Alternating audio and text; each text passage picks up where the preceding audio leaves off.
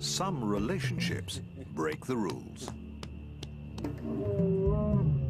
Territorial and terrifyingly strong, lions don't usually accept people into their pride. Ever get the feeling you've been surrounded by lions? I get it every day. Kevin Richardson seems to have a dream job, looking after lions and other animals that have come to accept him as one of the pride. But there's feuding and fighting when new arrivals send fur flying, and a deadly battle for dominance in another family leaves an orphan on his own. As the park that's become a refuge for the most vulnerable faces financial ruin. I would hate nothing more than to see this place go and the animals in it. It's my life and soul.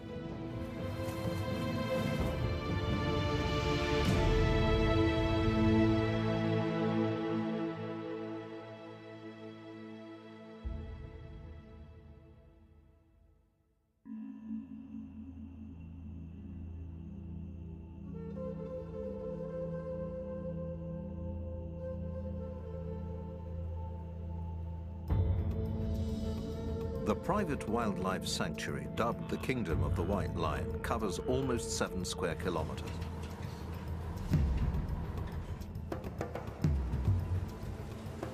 It's home to leopards,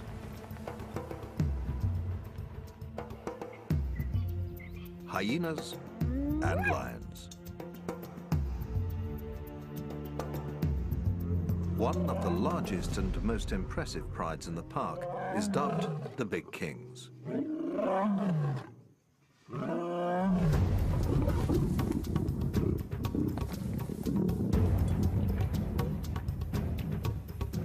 The family is headed by 4 males, 2 tawny lions, Rafiki and Siam, and 2 white lions, Alex and Kaiser. But they are growing restless.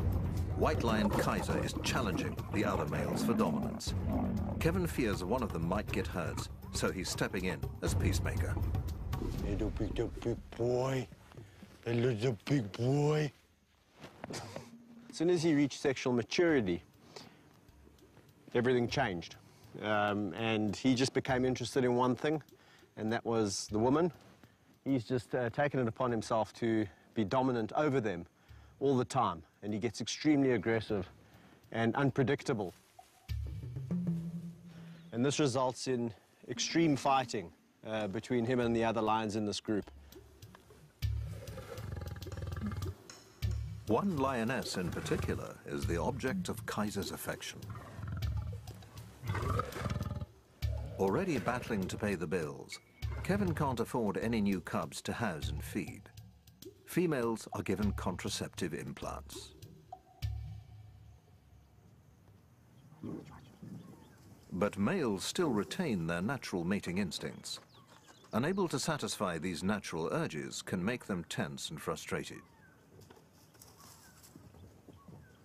Kaiser needs a new home before his frustrations lead to violence.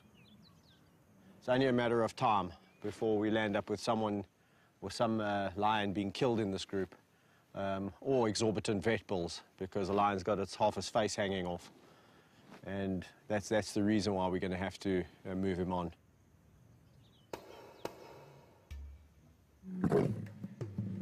All of Kevin's 38 lions have been bred in captivity. 7 of them are rare white lions, identical to their tawny relatives except for their coloring. But keeping so many big predators is expensive.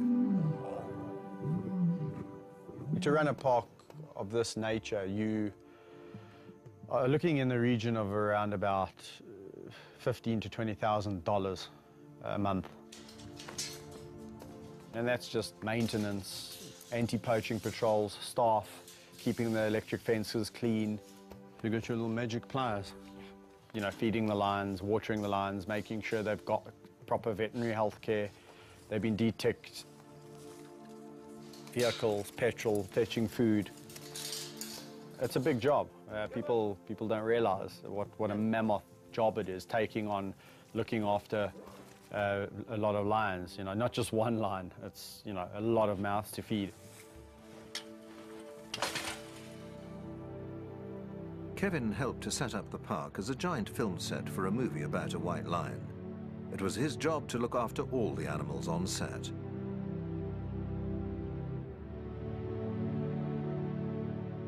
Once the film crew packed up and left, the lions stayed, joined by other cats and animals from another reserve, creating a new park, the Kingdom of the White Lion. It's hoped that profits from the film will pay to establish the park.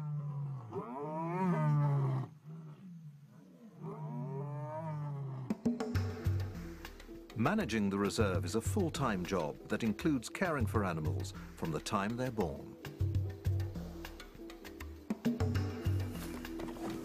There's a nursery for cubs, like these young lions, the last to arrive before all of the lionesses in the park were implanted with contraceptives. No, your tongue is rough.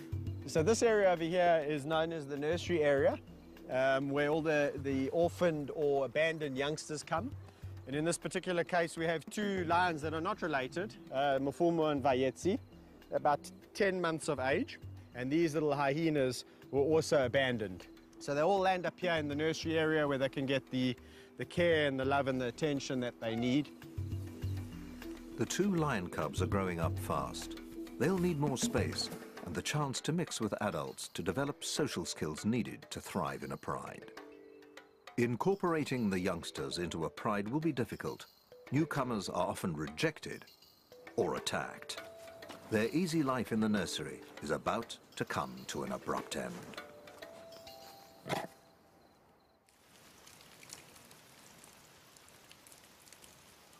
Such care costs money, around £12,000 a month. Kevin and his backers need the White Lion film that was shot here to make money.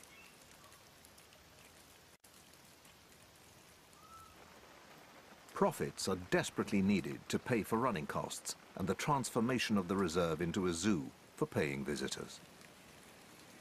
If the cash they need doesn't start to flow in, the park and its inhabitants face an uncertain future.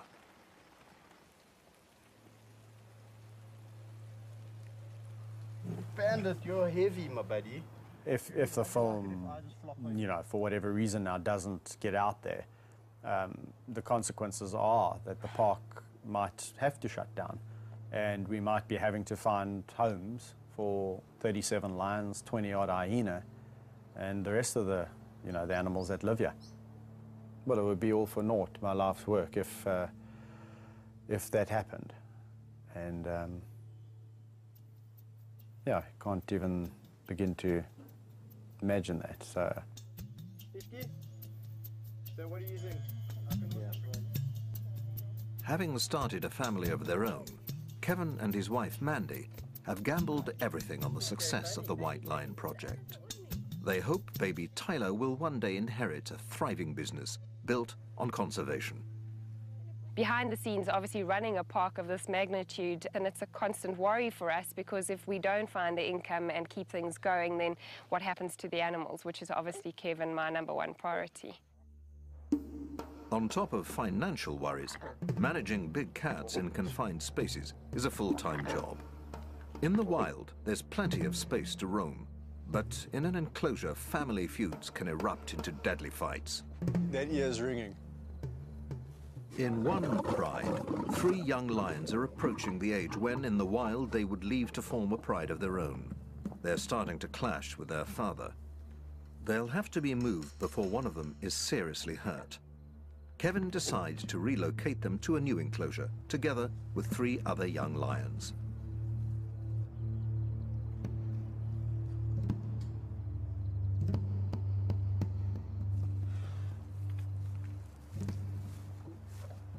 Having hand-raised and spent intimate time with all of his big cats, Kevin has a good insight into which of them should get along together.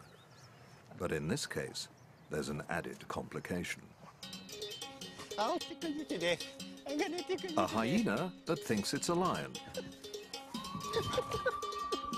Spunny, the hyena, has grown up with 3 of the young lions from the time he was born.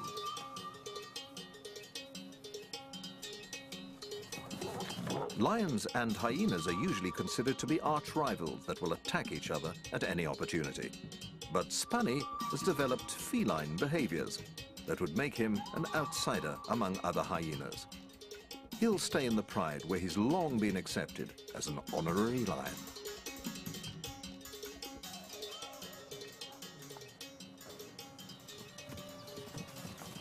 With the lions, actually, he lives a pretty cool life. He's one of the pride. They live a very lazy life. They're both very social animals. Best of mates, in fact. Let's go. But three newcomers are joining the gang.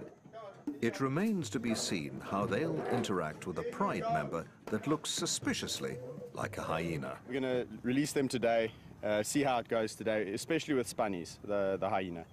And depending how it goes by 2 o'clock, 2 o'clock's the feeding time. If it's all going well, we'll feed them together. If we suspect that it's a little bit awkward and things aren't going so well, then we'll maybe remove them and take them back.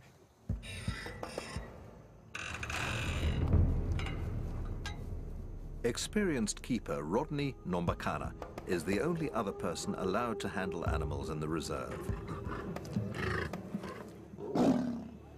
Young lions are notoriously unpredictable. As the two groups meet and establish a hierarchy, nervous tension can easily turn to aggression. When they fight like that, and I mean, it makes a lot of noise, and to a human being it seems very scary. But to lions with their thick skin and all of that, just a wah, wah, wah, wah, wah, they immediately are showing who's more dominant than the next. One group lays low, while the other three lions and Spunny the hyena look to Kevin for reassurance. So at the moment, we're in a bit of a apartheid situation where we've got this group, including Spunnies. Spunnies is on the periphery, and myself and the three newcomers, and it's segregation. But it's gone really well. I'm really happy about it. There's been a little bit of nose touching and that kind of interaction. No aggression from either side.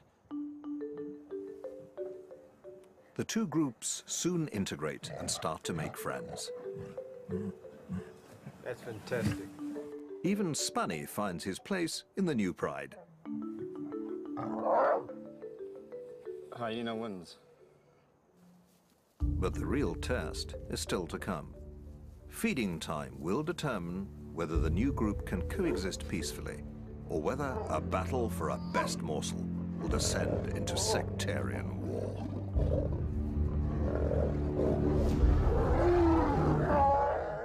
Rivalries between male lions over pack dominance rage across the plains. But only one can be crowned the king. Lion Ganglands, tonight at 8 on Nat Geo Wild.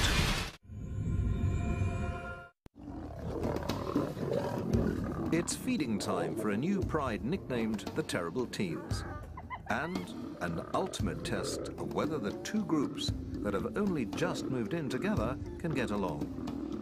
Initial squabbles subside when they realize there's enough to go around.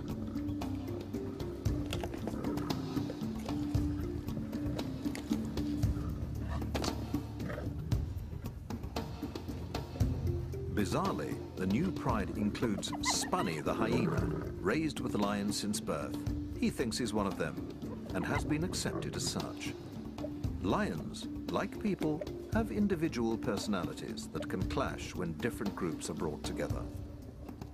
The Terrible Teens seem to be getting along just fine. But elsewhere in the kingdom of the White Lion Reserve, another big cat is lonely and left out. Thor was a star of a film shot in the park. The film that manager Kevin Richardson hopes will help pay for a plan to turn the reserve into a visitor attraction. Income is desperately needed to pay for the care of animals like Thor. Lions are social animals, and Thor has been on his own for far too long. But there's a shortage of suitable companions. Thor's about 7 years old now, and he's way past the age of forming new bonds with other male lions. Come. So it's not an option, you know, to put a male lion with Thor. The only option really is females. It's just a really difficult situation at the moment because the nature of the kingdom is that we've actually got far too many males compared to females. And the females that would go with Thor would have to be on the pill. And we don't really want to just acquire 2 female lions to put with Thor. Long walks provide much-needed companionship. But despite Kevin's best efforts, he is increasingly concerned that Thor is lonely. When the days go by and I've had a busy week, the only lion that really is in the back of my mind is old Thor, because I know he definitely needs some love and attention. Out of all the lions I walk with, this must be my favorite because I know how much he needs this enrichment. This is really important to him, living as a bachelor. So, you know, whenever he sees me, it's like, come on, Kev, can we go for a walk? Can we go for a walk in the greater area? So I try and take him out more than the others because they've got, you know, each other's company. Hello, my big boy. What you been doing? Hey, you having fun?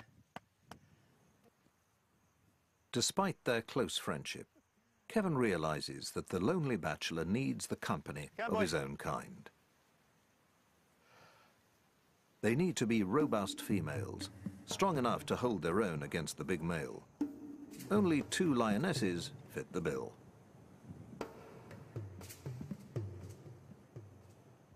But they're already part of a stable pride, and there's no guarantee they'll get along with the temperamental Thor.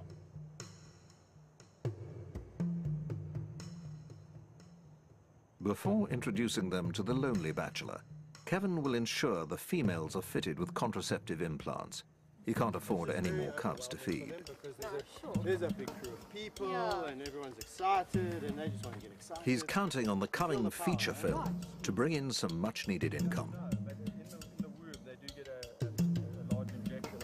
But publicity shots are interrupted by yet another creature crisis, this time in the hyena den.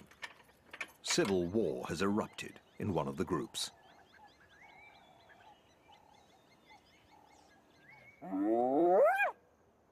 Hyenas live in matriarchal clans, ruled by females.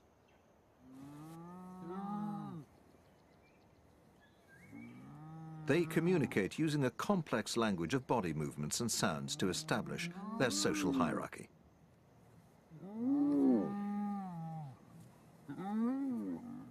Males are lowest in the social rank.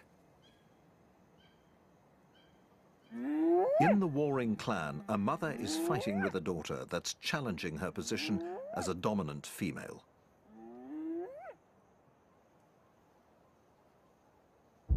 Hey, what's up with you guys? Eh? Hey, Shans?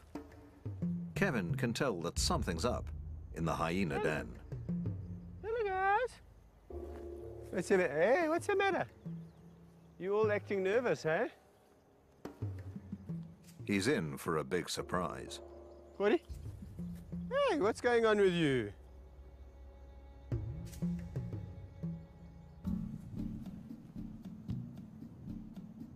The dominant mother of the hyena clan is nowhere to be seen. Where's Gina? She in the den? She's usually first to the fence to greet Kevin, but not today. We're all acting very strange. I guarantee you something's up. Eh? Given the battle brewing between mother and daughter, he investigates the den. And there's a big surprise in store.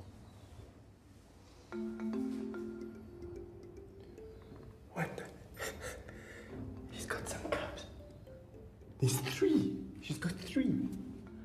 This is very, very unusual. Hey, my girl. This is the first time she's had 3. I feel like a little kid on Christmas. I want to go wait to unwrap my present. This is amazing because she's actually very calm. Gina's a very protective mother. In fact, ferociously so.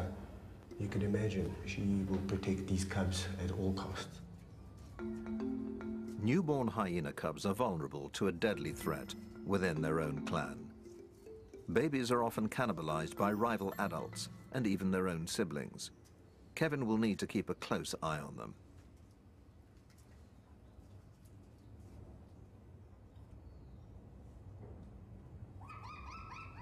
Their mother is also alert to any potential threat. Hello, boy. Sure. Hey, Mommy doesn't want me to come too close. Nice, nice, nice, nice, nice. Sure. That's nice. That's nice. Mom and Dad. Turned out to be an awesome day. For Kevin, one of the biggest rewards is watching young animals mature into adults.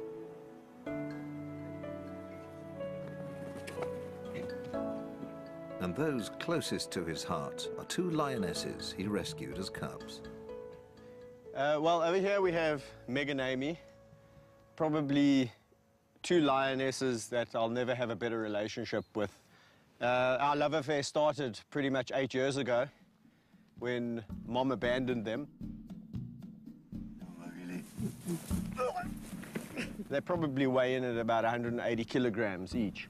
But their characters are so different. Although they've had the same upbringing, the same input, the same amount of love, the same amount of discipline, Amy is a little bit more reserved, sometimes can be petulant. Meg, on the other hand, is just the most boisterous, outgoing, fun-loving lioness you'll ever come across. And that's why I can go swimming in the river with her. She's just full of confidence. If I go in the river, she wants to go in the river. Lions will usually avoid water. Meg's extraordinary behavior seems to reflect her trust in Kevin. A big adult lioness coming up, rubbing her head on your face, feeling her tongue. It's like 80-grade sandpaper doing this. You can't stop them from doing it because it's their way of showing affection. So you've just got to endure the pain, and I tell you something, it's really worth it. Kevin has worked with big cats for more than 12 years, but has been criticized by some who believe he risks his life unnecessarily.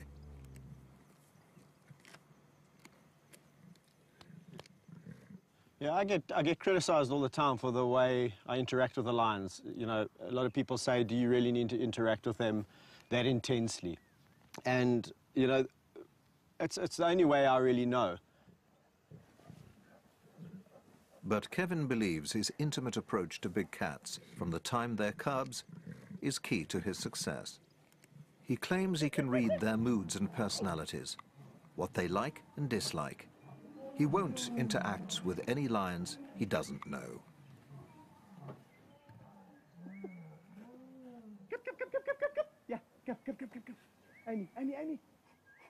So Meg and Amy are just those two unique individuals that I can do this kind of thing with quite freely. And truly, if I fell asleep in this enclosure, I honestly can say I fear not that they would jump on me and try and eat me while I'm sleeping.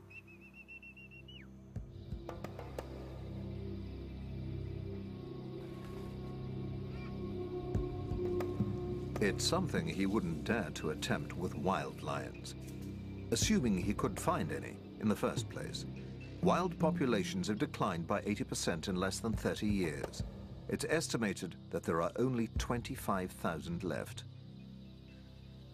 White lions are the rarest of all and can only be found in a small region of South Africa. Kevin has been invited to discover why there are so few white lions left in the wild.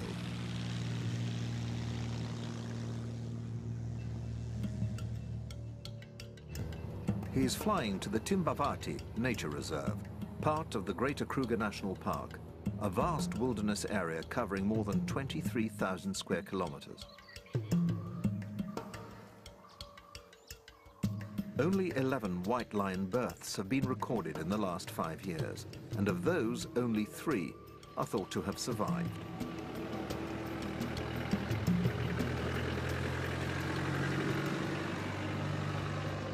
Kevin has joined Ranger Patrick O'Brien and tracker Albert Ubisi to try and find them. If they succeed, it'll be the first time Kevin has seen a white lion in the wild.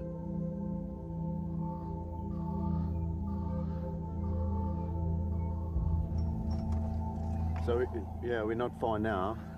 We've been tracking the lions for some time now. And we know it's the group that we're looking for because we can see the adult females and we can also see the cub spur.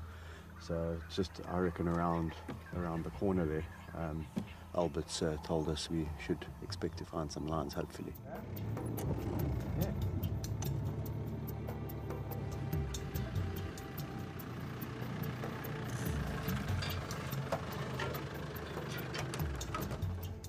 Sure enough, Kevin is rewarded with his first sighting of the rarest lions in the world.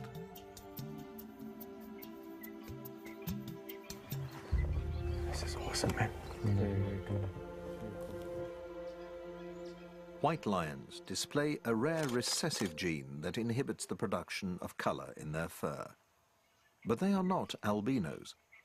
Their paw pads and lips are pigmented, and often their eyes are bluish instead of the usual golden brown.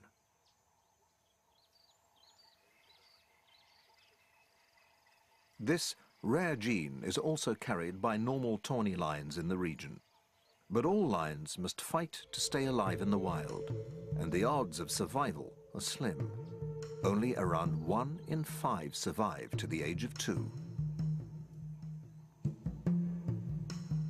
One of the greatest threats comes from dominant males that try to kill any rival's offspring.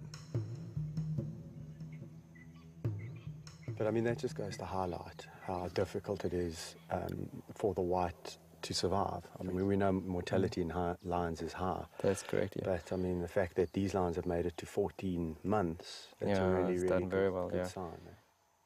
Luckily for these girls, both are females, and of course that's very important for the old pride and for us, of course, which means that girls always stay in a pride, they never emigrate.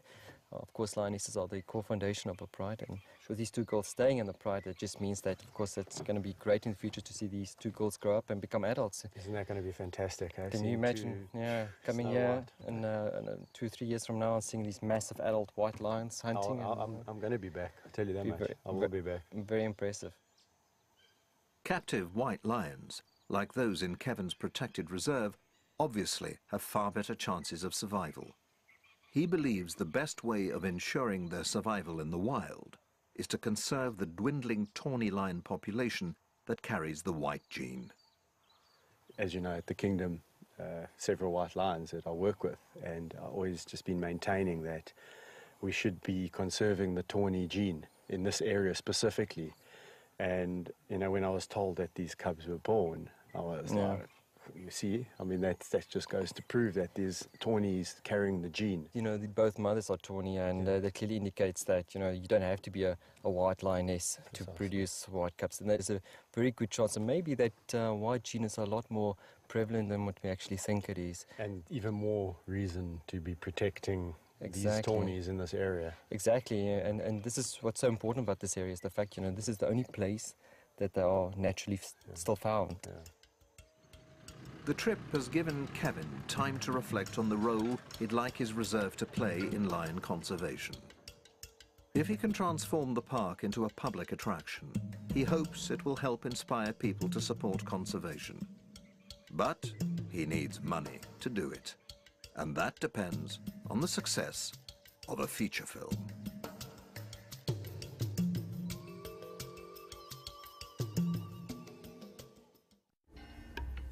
The future of the majestic animals in the kingdom of the White Lion Reserve depends on the success of a feature film starring its feline residents. Manager Kevin Richardson thinks nothing of play fighting with a quarter-ton lion. But public speaking is another matter, and he has to face the cameras to promote the film that's vital to the future of his beloved animals. Well, it's tricky because when you're working with animals that can eat you, you've got to be... 4 years in the making, it's hoped the film will make a profit that can be used to transform the park into an attraction for paying visitors. I'm not joking. I mean, the film took 4 years to make. And believe you me, when a lion doesn't want to do something, he doesn't. And you better listen to him. You better listen to him.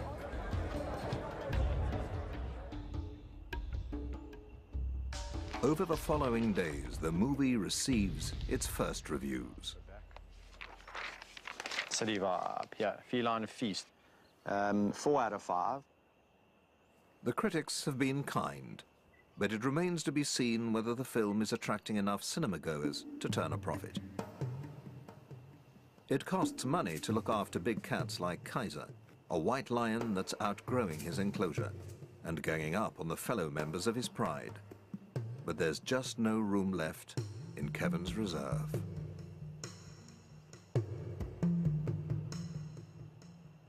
A lion like Kaiser, obviously, we'd like to find him a really good home. So you've got to go into, you know, the details of who's this person, how long have they been involved with lions, do they have the right documentation, what's the facility like, what's his enclosure going to be like, because he's really been used to a great life. It could take months to find Kaiser a good home. Unscrupulous overbreeding of lions in South African parks and zoos means there are already too many big cats looking for homes. Some end up in so-called canned hunts, in which they are released to be pursued and shot by trophy hunters. Kevin simply won't allow that to happen to one of his cats.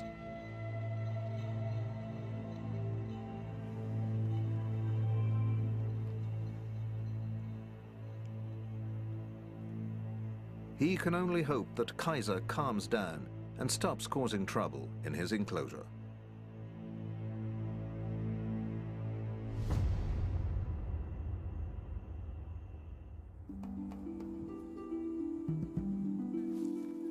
In the nursery, two cubs that have grown up together are fast approaching adolescence. They'll have to be introduced into an adult pride to gain the confidence and social skills they'll need to thrive.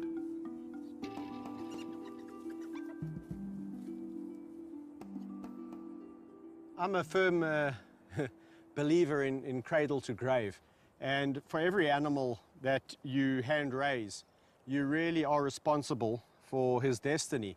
So if an animal has been taken away for whatever the reason, it's a lifetime commitment, and you've got to really figure out what's going to happen with that animal when it gets older. Come, boys. Come, Fumu. Come, boys. The cubs have a big week ahead of them. Let's go. Come. Come. Let's go. Come. Good boys. The plan is to gradually introduce the cubs to the adult members of their new pride, the so-called terrible teens. If the cubs were suddenly dumped into the deep end, fighting and serious injuries could result as the adults follow natural instincts to show the cubs who's boss.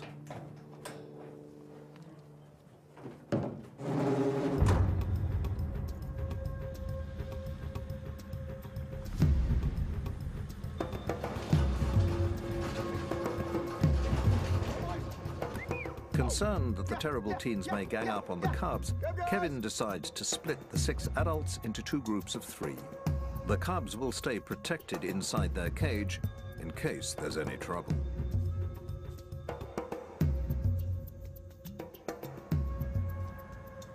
I'm a little bit apprehensive because these 3 are notoriously aggressive, especially when it comes to lions, other lions that they don't know. But they, they speak a different language to us, so maybe they'll know something that we don't. Maybe Mafuma and Vayetsi, being smaller and younger, will just submit. If that happens, it's fantastic. If it doesn't, we'll have to conjure up another plan. Hello, boys! Oh! Hello, boys! Oh, look! Come look! Nicely.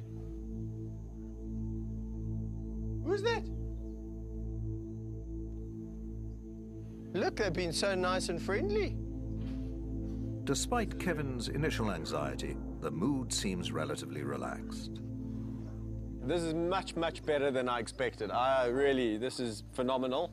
There was like almost some form of, acknowledgement that we know we are a little bit weaker than you guys, you 3, we 2, we younger. So it was really, really good. Some new friends. Oh. It is so tempting to release Mafuma and Vayetsi with this group because it's gone so well. But in all the years of experience, I've realized one thing: overconfidence is a bad thing. And I just think we should wait probably another 1 or 2 introductions like this before we release, because they can almost lure you into a false sense of security where you think, everything's okay. And as soon as you open this gate, it's a different story. Next, Kevin introduces the youngsters to the more unpredictable half of the terrible teen's pride. Unbelievable. Bandit. They're the oldest and most unruly trio of the group. Quickly surrounding the van, they seem to sense the new arrivals inside. Once again, the cubs are kept in the cage for their own safety. It's not the terrible teens, but one of the cubs that gets aggressive, albeit from behind the safety of a cage. Come on, be nice. Be nice. Vayetzi, why you being a naughty boy? Don't be a naughty boy. Oh, whoa, whoa, whoa, whoa. Eh? That was really incredible interaction. It went exactly opposite to how I thought. I thought the youngsters would be a lot more submissive and roll on their backs, and that these guys would show some aggression and show some authority. It was exactly the opposite. The youngsters came at them full of aggression, and these guys were completely passive. How are you doing in and amongst all of this? Kevin keeps the van open for an hour, hoping that relations will improve. Hey, Vayetzi. Okay. So I think what I'm going to do is let them all out together. We've done this a couple of times. There's hardly any interest. The only line that's really showing any form of aggression is Vayetzi. It's because he's a bit nervous. Mafumu is completely relaxed. These guys are not going to do anything bad. I think if anything, it's going to come aggression from the youngsters. These guys might give a wah, wah, wah, and it's going to be all over. So I'm going to go and let them out. Be nice. Okay. Without the protection of a cage, cub Vayetzi's bravado quickly fades into submission.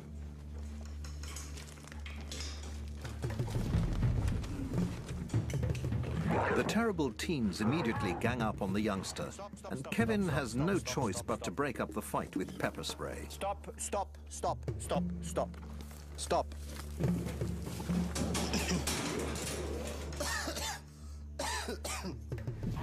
I just got a hunch that it would be okay to let them all out. They're all in jolly moods, and especially the youngsters are being extremely submissive. So that's until Mr. Bandit decided to pick on them. And once he started picking on them, Bobcat came in from behind, where I had to defuse the situation with a little bit of help from a friend called pepper spray. Nice. I want nice, nice, nice, nice. In such cases, pepper spray is used as a last resort to stop fights breaking out, protecting the cats and himself. An accidental bite could prove fatal. Kevin rarely uses pepper spray, and it's always him that suffers most.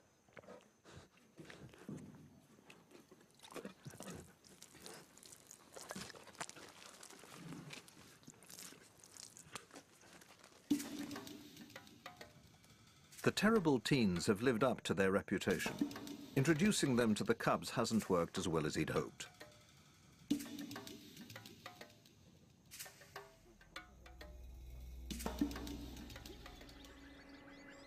Discord seems to have spread to the hyena den, where a deadly power struggle is unfolding between a mother and daughter. Hello, Junior. Hey, Ma. How's your cub? Hey? Two of Mother Gina's newborn cubs have disappeared. What's happening? Hello, my girl. But the matriarch is out of the den and appears restless. Why are you out the den? You should be with your baby. He investigates the underground den. There's three. Hey, my girl. Hello, Gina. There's three hyenas. Hold on, I'm a bit confused here. You're not going to believe this, Oslo.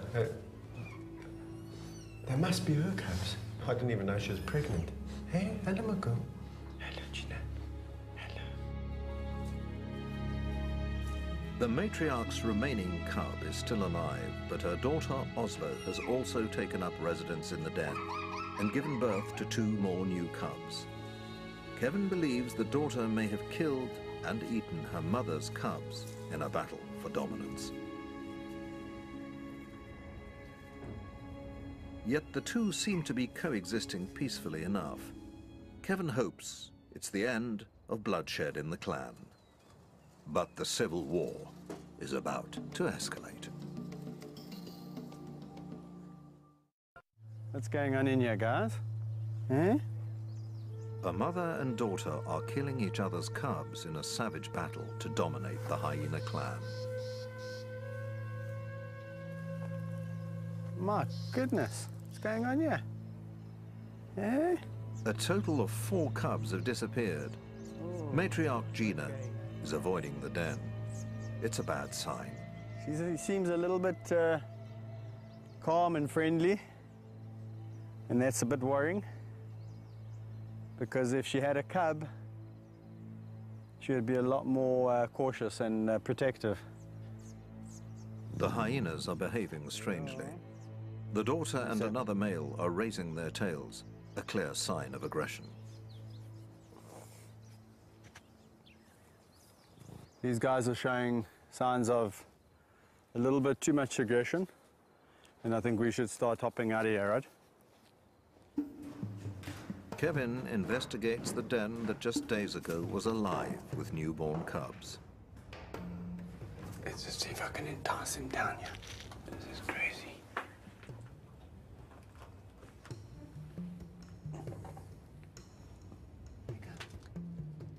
It seems that only one cub has survived the bloody family feud. If he leaves it be, chances are it too will be killed and eaten. There's definitely been some chaos on outside. I've looked everywhere, and I can't find the other 2 siblings. It looks like either Gina